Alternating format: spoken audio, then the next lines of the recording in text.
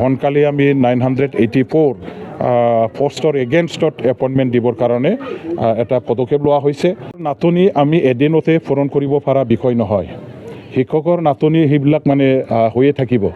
আজি কোনোবা হঠাৎকৈ মানে মৃত্যু ঘটিব, তাৰপিছত আকৌ কোনোবা আকৌ ৰিটায়াৰমেণ্টত যাব। ঠিক তেনেকৈ শিক্ষকসকল এদিন নহয় এদিন তেনেকৈ মানে কি পৰ্যায়ক্ৰমে ইয়াৰ নাটনিটো নিশ্চয় সৃষ্টি হৈ থাকিব।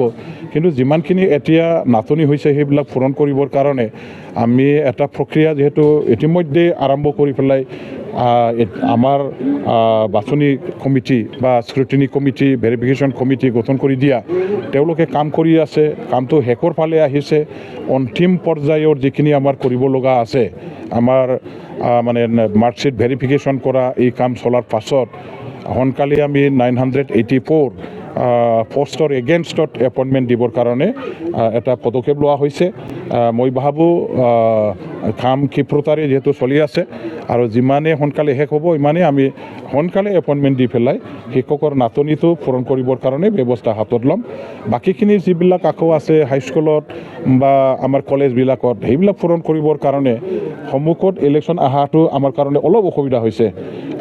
25ৰ পৰা 28ৰ ভিতৰত যিটো আমাৰ ইলেকশ্যন নটিফিকেশ্যন জাৰি কৰাৰ এটা সম্ভাৱনা আছে আৰু সেইখিনি আমাৰ অধিসূচনা জাৰি কৰাৰ পাছত শিক্ষক নিযুক্তি দিয়াৰ কাৰণে যিখিনি পদক্ষেপ ল'ব লগা আছিল সেইটো স্তব্ধ হৈ যাব।